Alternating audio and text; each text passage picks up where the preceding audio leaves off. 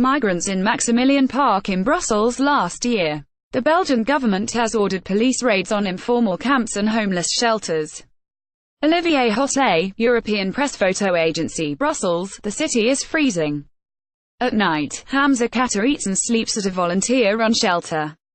He spends his days hanging around the international bus stop next to the Gare du Nord. "What am I looking for? I am looking for a life," said Mr. Khater, 31, who fled the violence-ravaged Sudanese region of Darfur a year ago. Specifically, he is looking for a chance to reach Britain. He has been for months. Sudanese migrants like Mr. Khater are increasingly visible in Brussels, around train stations, in public squares and parks, sometimes sleeping in the streets. Mei Kassou, an organizer for a volunteer group that provides shelter for about 500 migrants each night, estimates that about 45% of them are Sudanese. Their presence reflects the latest phase in a migration crisis that has disrupted politics in one European country after another.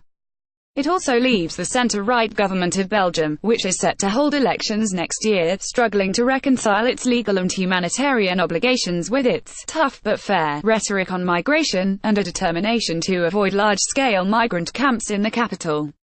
Very few of the Sudanese people who have recently arrived in Brussels seem to be planning to stay. Sudan was not among the top 10 countries of origin for those applying for asylum in Belgium last month.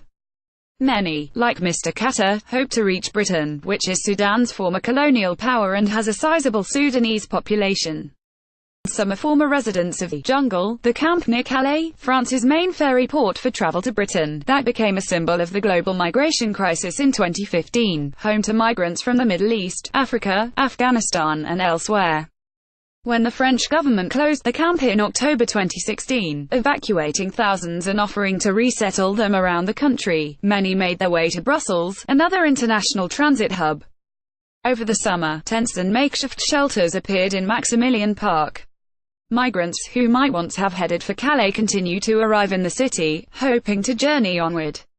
Mr. Khater certainly does not want to stay in Belgium. "I am afraid here," he said, "because I don't have an education, I don't have money, I don't speak French. Most important," he added, "Belgium doesn't understand the politics of Sudan. If I ask asylum here, Belgium may send me back to Italy immediately, or worse, even to Khartoum." European Union law requires migrants to apply for residency or asylum in the first country in the bloc they reach. In the past 3 years, tens of thousands of Sudanese have crossed the Mediterranean by boat, landing in Italy, Greece or Spain. Most applied for asylum, and only a few hundred have been deported, according to the International Organization for Migration. Many Sudanese, however, seek to move on, in secret and without papers, to Britain. Often that involves camping for months near bus stops, truck stops, train stations or seaports. So what do countries owe such transitory migrants? Belgium's State Secretary for Asylum Policy and Migration, Theo Franken, has argued that the state cannot take responsibility for those who do not claim asylum.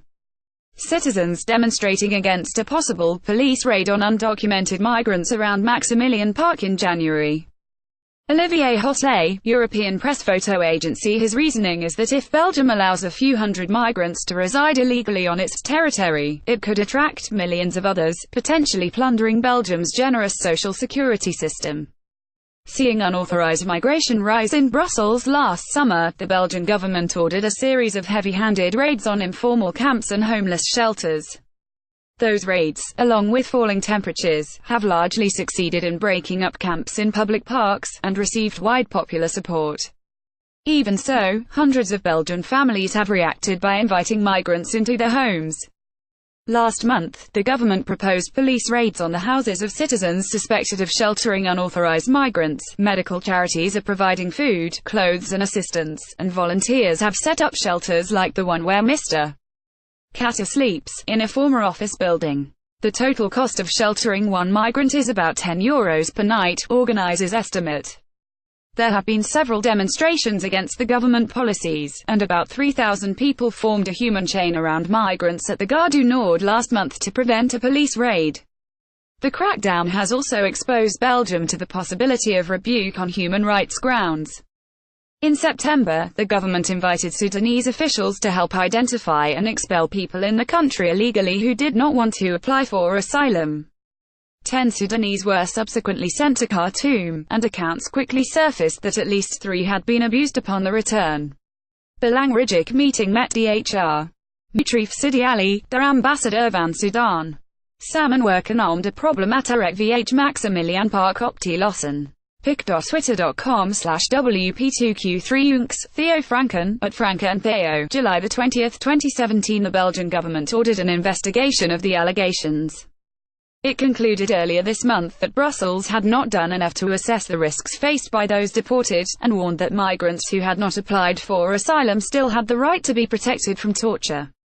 The report said it was impossible to establish whether the abuses had taken place. At the Gare du Nord, Mr. Khater and several fellow travelers showed wounds and scars that they said had been inflicted by the Belgian police. One had a dislocated thumb, another a fresh cut across his jaw, yet another a stitched eyebrow. Several had open wounds. All said they knew Sudanese men who had recently been deported to Khartoum and then dropped out of contact. "Why aren't the police kind to us?" Mr. Khater asked. "I am running for my life. I did nothing wrong. I don't understand the politics here." Mr. Kassou, the shelter organizer, agreed that certain officers in certain towns, not all police, could be pretty violent with migrants. "We very regularly have people who enter with wounds, even bites from police dogs," he said. Sarah Frederick X, a spokeswoman for the Belgian police, said that officers treated transitory migrants in a very empathic and humane way. That being said, she added, it is possible that during certain operations, for instance when people fiercely resist police actions, officers use force. But in proportion, many aspects of what is happening are familiar, according to Johan Lemon, an emeritus professor of anthropology at the Catholic University of Leuven who is an expert on Belgian migration policy and has worked with migrants in Brussels for decades. "Irregular migration from Africa to Europe isn't new," he said. Tough return policies have existed in Europe since the 1980s, and the continent experienced a refugee crisis in the 1990s after the breakup of Yugoslavia. "What is new," he said, "and what I have never seen before in Europe to this extent, is, first of all, that ministers are pounding their chests, saying, 'Look at me, how many people I have deported now,' and secondly, that people are being deported back to a country of which we manifestly know that the government is violating human rights. I am thinking of Sudan here. Sudan's president, Omar Hassan al-Bashir, is wanted by the International Criminal Court for trial on charges of war crimes and genocide." When police officers arrested several Sudanese migrants, including 3 minors, around the Gare du Nord last year, Mr. Franken, the state secretary for asylum policy, described the operation on Facebook as a cleanup. After a public outcry condemning the remark as xenophobic, he offered his apologies to the Prime Minister, who did not accept them. A version of this article appears in print on February 19, 2018, on page A7 of the New York edition, with a headline, "How Europe's Crisis with Migrants Reached the Streets of Brussels."